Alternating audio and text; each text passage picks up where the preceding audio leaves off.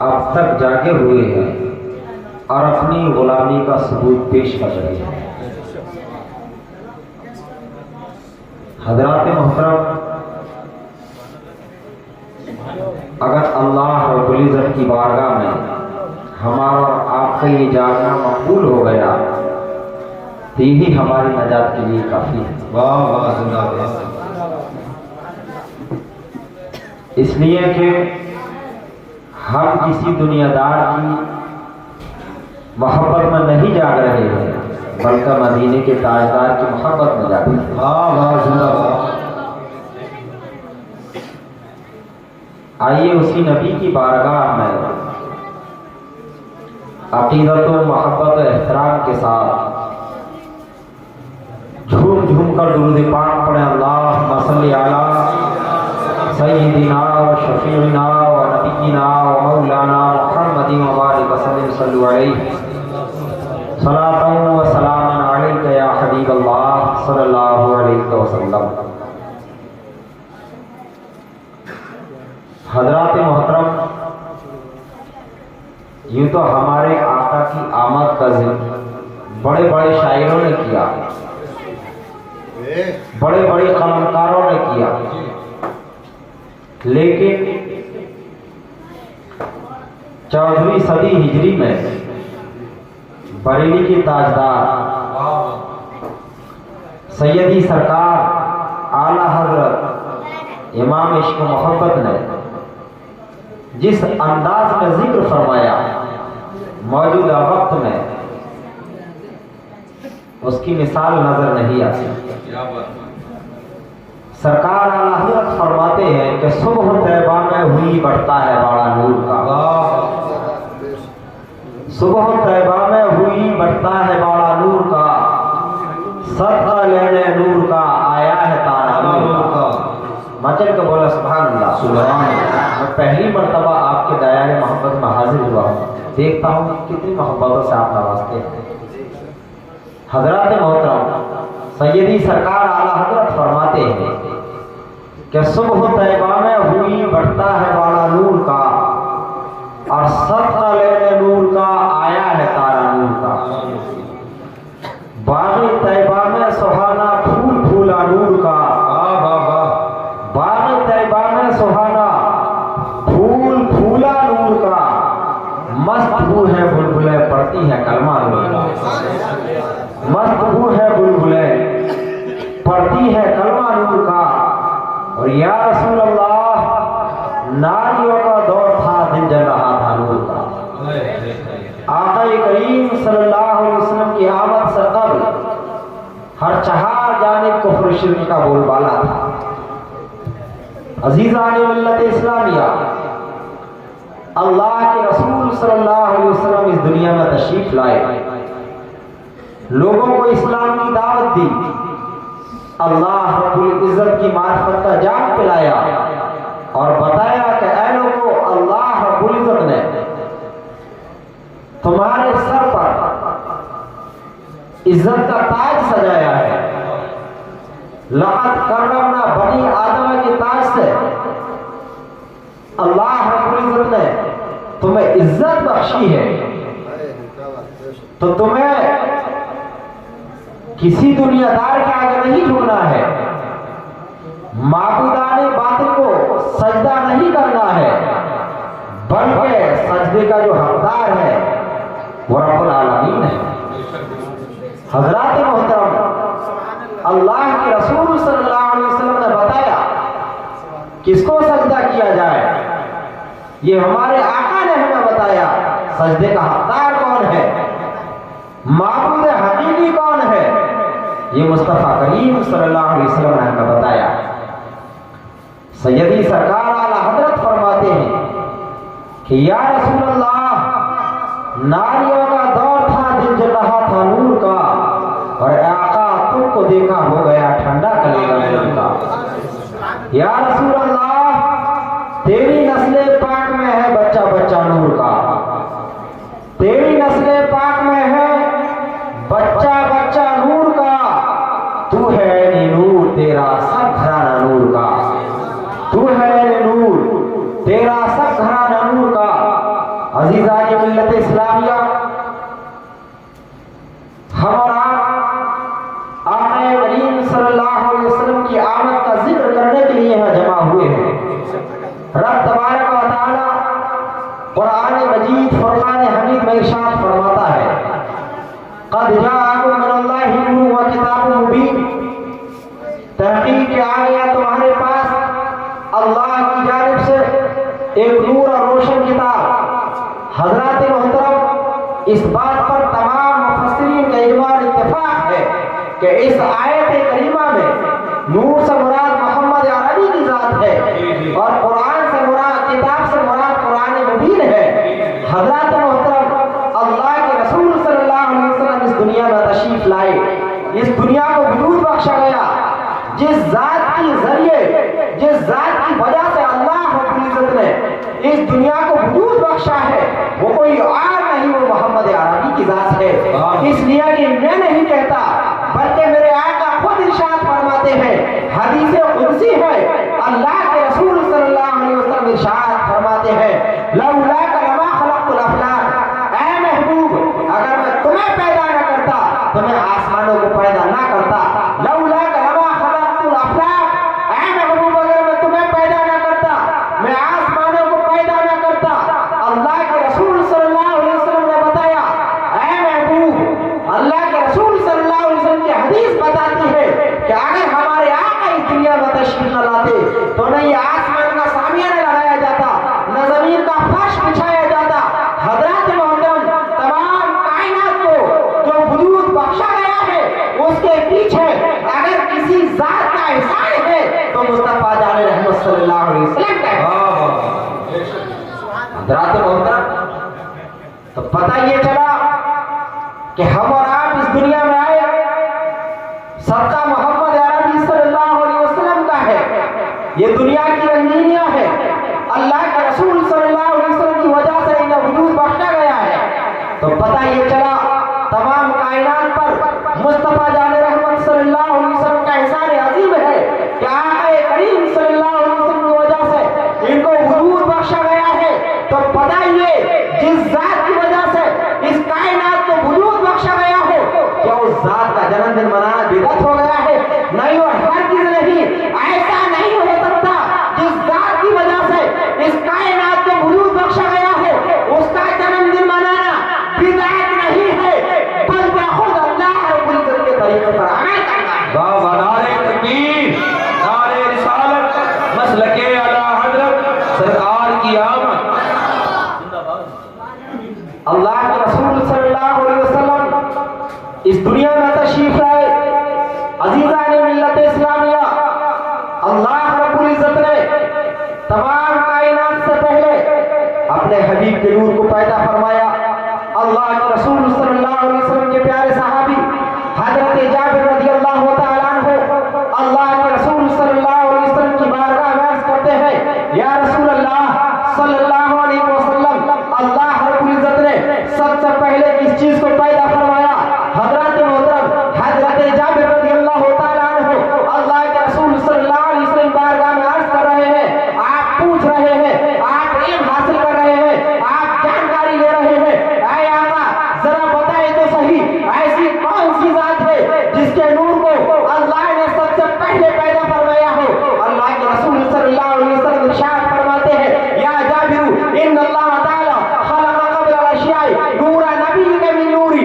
اے جابر تم یہ پوچھ رہے ہو کہ اے آقا اس دنیا میں سب سے پہلے یا تمہارے نور کو پیدا فرمایا، کس کے نور کو پیدا فرمایا؟ تو اللہ کے رسول صلی اللہ علیہ وسلم نے یہ نہیں فرمایا کہ سب سے پہلے میرے نور کو پیدا فرمایا، سب سے پہلے عبداللہ کے لخت جگر کے نور کو پیدا فرمایا، سب سے پہلے آمنہ کے گائے کے نور کو پیدا فرمایا۔ نہیں، بلکہ اللہ کے رسول صلی اللہ علیہ وسلم عقیدے کی اصلاح بھی فرما رہے ہیں اور سوال کا جواب بھی نائب فرما رہے ہیں۔ اللہ کے رسول صلی اللہ علیہ وسلم ارشاد فرماتے ہیں، اے جابر سب سے پہلے اللہ رب العزت نے اگر کسی کے نور کو پیدا فرمایا ہے تو تمہارے نبی کے نور کو بے شک بے شک۔ رات اللہ کے رسول صلی اللہ علیہ وسلم اگر چاہتے تو یہ بھی بیان فرما سکتے تھے کہ سب سے پہلے اللہ رب العزت نے محمد عربی کے نور کو پیدا فرمایا، نہیں بلکہ اللہ کے رسول صلی اللہ علیہ وسلم اپنی نبوت کا اعلان فرما رہے ہیں۔ عزیزان ملت اسلامیہ، تو سب سے پہلے اللہ رب العزت نے اپنے حبیب پاک صلی اللہ علیہ وسلم کے نور کو پیدا فرمایا، اور پھر اس نور کی جلوہ گری کے لیے اللہ رب العزت نے حضرت عبداللہ کا انتخاب فرمایا۔ اللہ رب العزت نے اس نور کو حضرت عبداللہ کی پیشانی میں رکھا۔ عزیزان ملت اسلامیہ، جب یہ نور حضرت عبداللہ کی پیشانی میں رکھا گیا تو قسم خدا کی حضرت عبداللہ کی پیشانی آفتاب و مہتاب سے باتیں کرنے لگی۔ حضرت عبداللہ کی پیشانی آفتاب و مہتاب سے زیادہ روشن ہو گئی، جس گلی سے بھی گزر جاتے تھے نور کی جلوہ گری ہو جاتی تھی، اور بڑے بڑے خوبصورت انسان حضرت عبداللہ کے عاشق ہو جاتے تھے، دیوانے ہو جاتے تھے۔ حضرت عبداللہ کی پیشانی میں عجیب نور چمکتا تھا۔ یہ نور کس کا نور تھا؟ یہ محمد عربی صلی اللہ علیہ وسلم کا نور تھا۔ عزیزان ملت اسلامیہ، اللہ کے رسول صلی اللہ علیہ وسلم اس دنیا میں تشریف لائے۔ اللہ کے رسول صلی اللہ علیہ وسلم نے اس دنیا میں آنے کے بعد نظام عدل قائم کیا، غریبوں پر ظلم ہو رہا تھا۔ اللہ کے رسول صلی اللہ علیہ وسلم نے غریبوں کی مدد کی، یتیم و بیواؤں کو جو ہے نظر حقارت سے دیکھا جا رہا تھا، اللہ کے رسول صلی اللہ علیہ وسلم نے فرمایا یتیموں کو نظر حقارت سے دیکھنے کی ضرورت نہیں ہے، بلکہ میرے آقا نے بتایا جو یتیم کی پرورش کرتا ہے وہ رب کا محبوب بندہ ہوتا ہے۔ اللہ کے رسول صلی اللہ علیہ وسلم کی آمد سے پہلے لوگوں کا عالم یہ تھا کہ تمام حقوق پامال ہو رہے تھے، حضرات محترم غریب پریشان تھے، یتیم و بیواؤں پر ظلم و ستم ہو رہے تھے۔ اللہ کے رسول صلی اللہ علیہ وسلم نے بتایا کہ ظلم کرنے کی ضرورت نہیں ہے، آپ ظلموں کا خاتمہ کرنے والی ذات اس دنیا میں تشریف لا چکی ہے۔ اللہ کے رسول صلی اللہ علیہ وسلم نے اپنے کردار کے ذریعہ، اپنی گفتار کے ذریعہ، اپنے اخلاق کے ذریعہ لوگوں کو اپنے سے قریب کیا، اور لوگوں کو رب تبارک و تعالیٰ کا پتہ بتایا، اور اللہ کے رسول صلی اللہ علیہ وسلم نے لوگوں کے عقیدے کی اصلاح فرمائی، لوگوں کے عمل کی اصلاح فرمائی، اور بتایا کہ اے لوگوں، اس دنیا میں تمہیں ظلم کرنے کے لیے نہیں، حقوق کو پامال کرنے کے لیے نہیں، بلکہ اللہ نے تمہیں اس لیے پیدا فرمایا ہے کہ تم اپنے رب کی عبادت کرو۔ رب ارشاد فرماتا ہے وما خلقت الجن والانس الا لیعبدون، اے لوگوں، اس دنیا میں تمہیں اللہ رب العزت نے اپنی عبادت کی۔ حضرات محترم، اللہ کے رسول صلی اللہ علیہ وسلم نے قوم کی اصلاح فرمائی۔ آج ہمارا عالم یہ ہے، ہم جشن عید میلاد نبی مناتے ہیں، لیکن آقا کی سیرت کو بھول جاتے ہیں۔ آقا کی سیرت کو بھولنا نہیں چاہیے، بلکہ عزیزان ملت اسلامیہ، ہمیں اپنے آقا کی سیرت کو سامنے رکھ کر کے، آقا کے طریقے کو سامنے رکھ کر کے اپنی زندگی گزارنا چاہیے۔ اگر ہم اپنے آقا کی سیرت پر عمل کریں گے تو میں دعوے کے ساتھ کہہ سکتا ہوں کہ ہماری دنیا بھی کامیاب ہو سکتی ہے، آخرت بھی کامیاب۔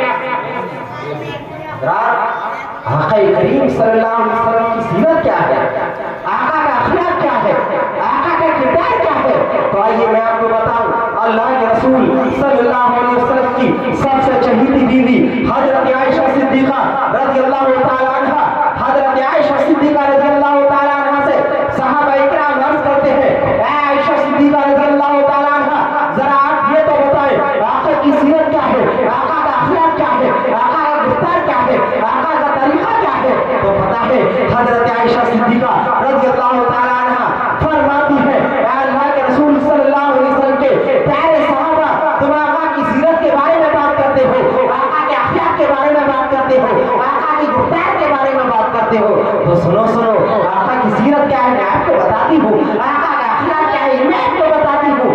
پتا ہے حضرت عائشہ صدیقہ رضی اللہ تعالیٰ عنہ فرماتی ہے، کان خلقہ القرآن، نبی کا اخلاق وہ جو نہیں بلکہ اللہ کے رسول صلی اللہ علیہ وسلم مقدس کتاب قرآن پاک۔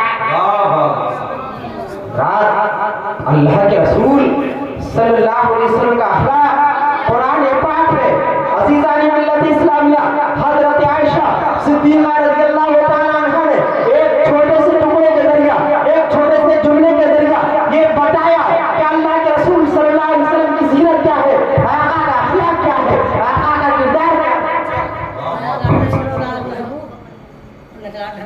اللہ کے رسول صلی اللہ علیہ وسلم کی سیرت کے متعلق بتایا، اللہ کے رسول صلی اللہ علیہ وسلم کی سیرت کے متعلق کیا بتایا؟ یہ بتایا کہ اللہ کے رسول صلی اللہ علیہ وسلم کی سیرت قرآن پاک ہے۔ عزیزان ملت اسلامیہ، مطلب کیا ہے؟ اللہ کے رسول صلی اللہ علیہ وسلم کا اخلاق قرآن پاک ہے، آپ کی سیرت قرآن پاک ہے۔ مطلب کیا ہے؟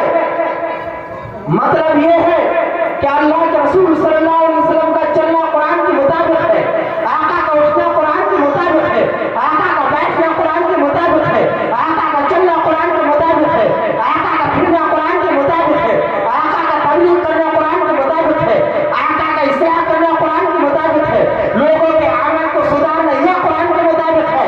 عزیزان ملت اسلامیہ، تو پتہ یہ چلا اگر کوئی انسان موجودہ وقت میں قرآن پاک پر عمل کرنا چاہتا ہوا، آقا کی سیرت پر عمل کر لے، قرآن پاک پر عمل۔ لیکن حضرات، ہمارا عالم تو یہ ہے کہ ہم اللہ کے رسول صلی اللہ علیہ وسلم کی سیرت سے کو دور کھڑے۔ آج ہمارا حال کیا ہے؟ ہمارا عالم یہ ہے، ہم جلوس مناتے ہیں، وہ اپنی خواہشات کے نظر کر دیتے ہیں، محفلیں سجاتے ہیں، وہ خواہشات کے نظر کر دیتے ہیں۔ حالانکہ ہونا تو یہ چاہیے کہ ہمیں جب یہ موقع ملے، یہ دینی محفلوں کے سننے کے موقع ملے، تو ہمیں یہ چاہیے ہم اپنے عقیدے کی اصلاح کریں، ہم اپنے اعمال کی اصلاح کریں، اللہ کے رسول صلی اللہ علیہ وسلم کی سیرت کو سنیں اور اس پر عمل کرنے کی کوشش کریں۔ عزیزان ملت اسلامیہ، آئیے آمد رسول کی محفل ہے، اس میں آقا کی سیرت بیان کی جائے، اس کے متعلق میں آپ کو کچھ بتاؤں۔ جیسے کہ قاری نسیم صاحب قبلہ نے مجھے بتایا کہ حضرت سیرت پر بولنے کی بڑی ضرورت ہے، آپ سیرت کے کچھ جیشوں پر، سیرت کے کچھ پہلوؤں پر آپ روشنی ڈالتے ہیں تاکہ ہماری عوام کو پتہ چل جائے ہمارے آقا کی سیرت کیا ہے، ہمارے آقا کا اخلاق کیا ہے، ہمارے آقا کے کردار کیا ہے، اور ان لوگوں کا بھی جو ہے اس میں رد ہو جاتا ہے جو یہ کہتے ہیں کہ اسلام تلوار کے زور سے پھیلا ہے۔ اسلام تلوار کے زور سے نہیں، بلکہ اسلام آقا کے اخلاق کے اسلام آقا کے اخلاق کے زور سے پھیلا ہے۔ یہ کم عقل لوگ ہیں جنہوں نے اسلام کو سمجھا نہیں ہے، اسلام کو پڑھا نہیں ہے۔ اگر اسلام کو سمجھ لیتے، اسلام کو پڑھ لیتے، تو یہ نہیں کہتے اسلام تلوار سے پھیلا ہے، بلکہ یہ کہتے ہوئے نظر آتے اسلام قرآن پاک سے پھیلا ہے، اسلام آقا کی تعلیم سے پھیلا ہے، اسلام آقا کی سیرت سے پھیلا ہے، اسلام آقا کی کتاب سے پھیلا ہے، اسلام آقا کی کتاب سے پھیلا ہے۔ اللہ کے رسول صلی اللہ علیہ وسلم کی سیرت اتنی حسین اور جمیل ہے کہ جب بڑے سے بڑے کافر آپ کی سیرت کو دیکھتے ہیں ان کے دل پہ جاتے ہیں۔ عزیزان ملت اسلامیہ، اللہ کے رسول صلی اللہ علیہ وسلم نے ایک مرتبہ خانہ کعبہ کے متولی سے جو ہے کہا کہ آپ مجھے خانہ کعبہ کی چابی دے دیجیے تاکہ میں خانہ کعبہ میں 2 رکعت نماز ادا کر سکوں۔ خانہ کعبہ کے متولی حضرت عثمان تھے، عثمان بن طلحہ خانہ کعبہ کے متولی ہے۔ اللہ کے رسول صلی اللہ علیہ وسلم فرماتے ہیں، اے عثمان بن طلحہ، لاؤ خانہ کعبہ کی چابی دو تاکہ میں خانہ کعبہ میں چند رکعت نماز ادا کر سکوں۔ حضرات محترم، پتہ ہے حضرت عثمان بن طلحہ نے کیا جواب دیا؟ عثمان بن طلحہ کہتے ہیں کہ خانہ کعبہ کی چابی سب کو دی جا سکتی ہے، لیکن محمد عربی کو خانہ کعبہ کی چابی نہیں دی جا سکتی۔ عزیزان ملت اسلامیہ، انہیں معلوم نہیں تھا ایک دن وہ آنے والا ہے کہ خانہ کعبہ کی چابی مصطفیٰ جان رحمت کے دستے مبارک پر ہوگی۔ آپ جسے کہیں گے خانہ کعبہ کا متعلق بنا دیں۔ عزیزان ملت اسلامیہ، وقت گزرتا گیا، ایک وقت وہ آیا کہ مکہ المکرمہ فتح کر دیا گیا، خانہ کعبہ پر اسلامی جھنڈا لہرا دیا گیا۔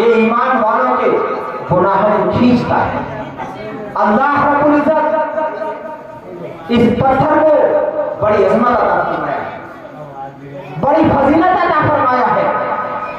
اللہ کے رسول صلی اللہ علیہ وسلم نے اس کی فضیلتوں کو بتایا ہے، لیکن حضرات جب اس پتھر کے نصب کرنے کا نمبر آیا تو مکہ المکرمہ میں عرب میں جو بڑے بڑے قبیلے تھے، اس ہر ایک قبیلے کی چاہت تھی کہ خانہ کعبہ میں حجر اسود کو ہم نصب کریں۔ آج بھی ہوتا ہے ہماری مسجدوں کا اور ہمارے مدرسوں کا یہی حال ہے، اگر ان میں کوئی پروگرام ہوتا ہے تو ہم میں سے ہر ایک یہ چاہتا ہے کہ اس پروگرام میں سب سے آگے میں ہوں۔ لیکن حضرات سب سے آگے رہنا ایک بڑی اچھی بات ہے، لیکن اپنی بابا ہی کے لیے نہیں بلکہ دین کی خدمت کے لیے آگے ہونا چاہیے، اسلام کا پرچم بلند کرنے کے لیے آگے ہونا چاہیے۔ عزیزان ملت اسلامیہ اپنی منمانی کے لیے نہیں بلکہ دین کا حاکم بن کر کے ہمیں آگے آنا چاہیے۔ اللہ کے رسول صلی اللہ علیہ وسلم کی آیت سیرت کو ملاحظہ فرمائے، میرے آقا کی کیا سیرت تھی، قسم خدا کی جب غیر بھی دیکھتے تھے تو کلمہ پڑھتے ہوئے نظر آتا۔ جب خانہ کعبہ میں حجر اسود کو نصب کرنے کا نمبر آیا تو بڑے بڑے قبیلوں میں خون خرابے کا نمبر آ گیا۔